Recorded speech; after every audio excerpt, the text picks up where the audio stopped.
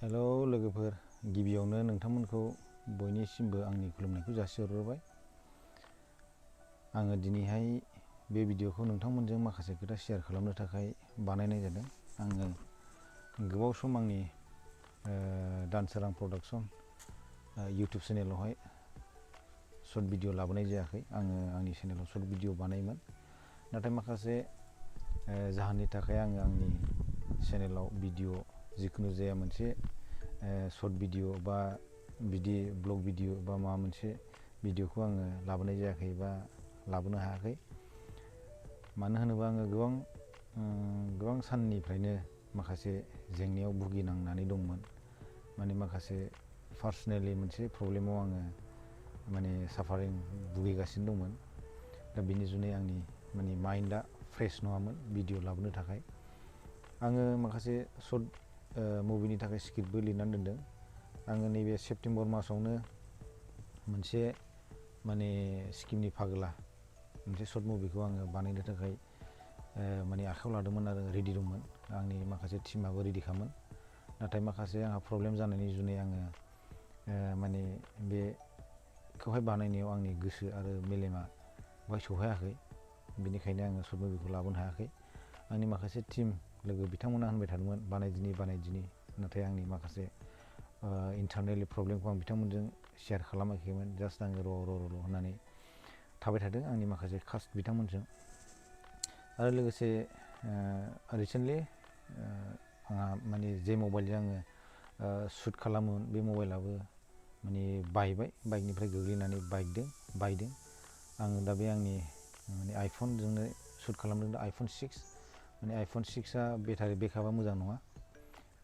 बे रायलायोब्लाथ' 12 घन्टा थाङो, बिदिनो शुट खालामब्लाथ' 1.5-2 घन्टा बिदिल' थाङो।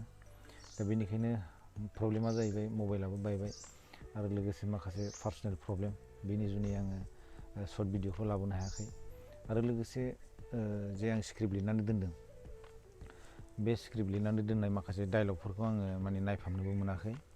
दा कमेडियाव नोंथांमोना मिथिखागौ जे बबेबा मोनसे डायलग होनायनि सिगां बे डायलगा उनाव माबा मोनसे प्रब्लेम क्रियेट खालामनो हागौ नामा, बा जोंनि शुटिं लानायाव माखासे सिनफोरा बा जोंनि ड्रेसखौ इउस खालामनाय, जोंनि लेंगुवेज इउस खालामनाय आरो जोंनि जे माखासे माने कनसेप्ट, बे कनसेप्टफोरा उनाव जोंनि समाजाव माबा मोनसे प्रब्लेम क्रियेट खालामगोन नामा, बेफोरखौबो गोबां नोजोर होनानै सालिजारि खालामनानै शर्ट मुभिखौ बानायनाय जायो। जों दा सुबर्न एबा अनिल बिथांमोननिखौ जोङो एफा कम्पेयार खालामनो हाया। मानो होनोबा बिथांमोना बानायनानै आरो डायलगखौ बुंनानै बिथांमोना जोबोद एक्सपार्ट जाबाय। बेनिखायनो बिथांमोनाव माने भुल जानाया खोब खम। बेनिखायनो जोंना गोदान हिसाबै जोंना माखासे डायलग खौहाय जोङो रिभिउ खालामनांगौ। बबे डायलग बुंब्ला सोरनाव बबे साइडजों सोर मा बुजिनानै दिनै मा क्रियेट खालामगोन। बेनिखायनो जों गासिबोखौ फारफ्रोमजोंबो मोजाङै स्टाडि खालामनानै जों डायलगखौ माने बुंनांगौ बा जोङो कनसेप्टखौ लानांगौ। बेबायदि माखासे कनसेप्ट रिभिउ खालामनाय, डायलग रिभिउ खालामनाय, बेयो आंनाव टाइम होनो हायाखै। माने आंनि माखासे प्रब्लेमजों आङो भुगिनांनानै थानायनि जुनै आङो बेखौ खर' मेलेमखौ आङो खिलिनो हायाखै। बेनिखायनो आङो शर्ट मुभि बा माबा मोनसे ब्लग भिडिअ बा माबा मोनसे बिदिनो जिरायनानै नोंथांमोनजों रायलायनो आङो बेबायदि खाबुखौ लाबोनो हायाखै। मानो होनोबा आंना माइन्डआ बे समाव फ्रेश नङामोन। दा बावैसो आङो दा जोबोद रिलेक्स फिल खालामदों। बेनिखायनो दिनैहाय आं बे भिडिअखौ बानायनाय जादों। लोगोसे आङो सानसेखालि आदा राजुस्रि बिथांजोंबो फनजों रायलायहरदोंमोन। आदा जोंहा शुटिं खालामनांसिगौ होननानै। अब्ला बियो बुंदोंमोन, जेखियानो जाया फंबाय, शर्ट भिडिअ होआब्लाबो चेनेलावहाय बिदिनो माबा माबि भिडिअखौ आपल'ड खालामना होबाय था। बेबायदि बिथाङा आंखौ साजेसन हरदोंमोन। नाथाय आंना माइन्डआनो फ्रेश नङामोन जे बेबायदि भिडिअ बानायनो बा बेबायदि मोनसे शर्ट मुभिनि थाखाय रेडि जानो। माने आंनो खुद रेडि नङामोन आरो। मानो बांसिन आंनि भिडिअखौ आंनो लिरो, स्क्रिप्ट, डायलग, एक्टिं गासिबो आंनो खालामजोबो, एडिटिंआबो आंनो खालामो। दा बिनि जुनै आङो कमप्लिटलि रेडि नङामोन। बेनिखायनो आङो माखासे जिनिसखौ डिले खालामबोदों आंनि टिम लोगो बिथांमोनजों। र' एसे उनाव खालामदिनि होननानै आङो माने दानखेनानै दोनबोनाय बायदि जादों। दा आङो बिराद रिलेक्स फिल जाबाय। नोंथांमोनहा आंनि चेनेलाव दानसोरां प्रडाक्सन इउटुब चेनेलाव बिदिनो कमेडि भिडिअ बा मोनसे ससियेल जोङो समाजखौ सुस्रांनायनि जों माबा मोनसे मेसेज होलांनो बेबायदि भिडिअ खालामनायखौ सेस्था खालामलांगोन। मानो होनोबा जों बेबायदि सर्ट भिडिअ बानायनायनि गेजेरजों बा सर्ट भिडिअ बानायनायजों जों समाजाव माबा मोनसेखौ जों सुस्रांनानै होलांनो हायो नामा, बा समाजाव बेबायदि जादोंखौ दिन्थिनानै जाहाथे बेबायदि जानाङा जों बेबायदिखौ जों फोरोंलांनो सेस्था खालामगोन।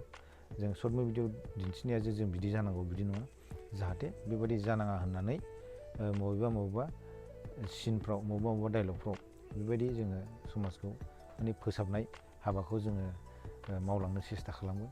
आसा खालामो नोंथांमोनहा जोंखौ बेबायदि मावनायाव मदद होलाङो, जोंनि चेनेलखौ साबस्क्राइब खालामो, ग्र' खालामो आरो नोंथांमोना जोंनि चेनेलखौ अनसायो आसा खालामो।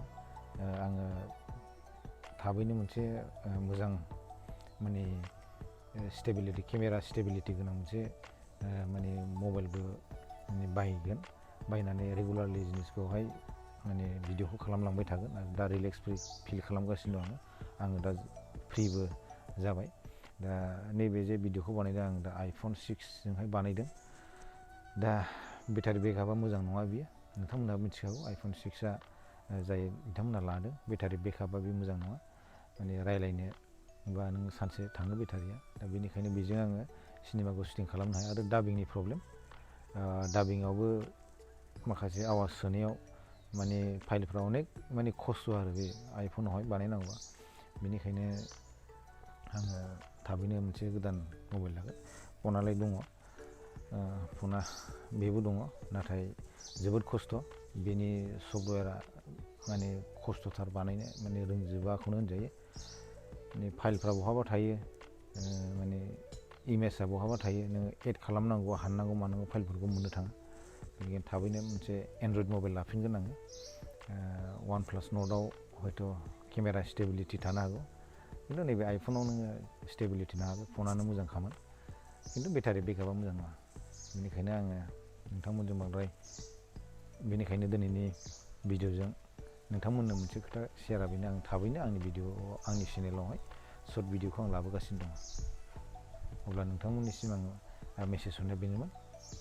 आसा खालामो नोंथांमोनहा आंनि दानसोरां प्रडाक्सन इउटुब चेनेलखौहाय हेफाजाब होगोन आरो नोंथांमोनहा आंनि चेनेलखौ अनसायगोन। फैबाय थानाय समाव नोंथांमोनहा आंनि चेनेलाव सर्ट भिडिअखौ नुबाय थागोन। दा बेखिनि नोंथांमोननो आसा होनानै आं दिनैनि भिडिअखौ बावनो दोनथ'बाय। गोजोन्थों, एसेनोसै।